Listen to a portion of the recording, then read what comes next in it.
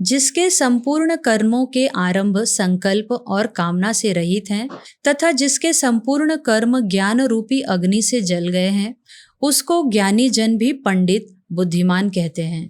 जो कर्म और फल की आसक्ति का त्याग करके संसार के आश्रय से रहित और सदा तृप्त है, वह कर्मों में अच्छी तरह लगा हुआ भी वास्तव में कुछ भी नहीं करता। जिसके भीतर करने का अभिमान और फल की इच्छा है, वह कर्म न करने पर भी बंधा हुआ है, परंतु जिसके भीतर कर्म करने का अभिमान और फल की आसक्ति नहीं है, वह कर्म करते हुए भी मुक्त है।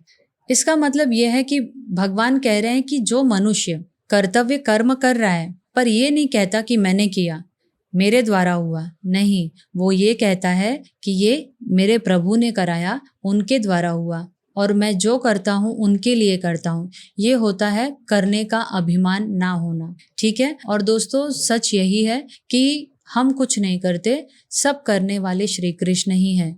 अगर वो अभी सब रोक दें तो सब वैसे स्टैचू हो जाएंगे। मेरे बोलने की शक्ति, सुनने की शक्ति, देखने की शक्ति, हम सभी के, वो सब श्री कृष्ण के द्वारा ही दी गई है। अगर वो अपनी शक्ति को रोक देंगे तो सब यहीं रुक जाएगा, समझ में भी नहीं आएंगी। बिना गुरु शरण में जाए हमें ये सारी बातें समझ में नहीं आएंगी। तो मानव जीवन हमें सिर्फ और सिर्फ भगवत प्राप्ति के लिए मिला है। ये बात हर मनुष्य को अपने दिमाग में बिठा लेनी चाहिए। जब हम इस बात के महत्व को समझ जाएंगे तब हमसे पाप आचरण नहीं होंगे, किसी भी तरीके का गलत काम नहीं होगा, पाप नहीं होगा।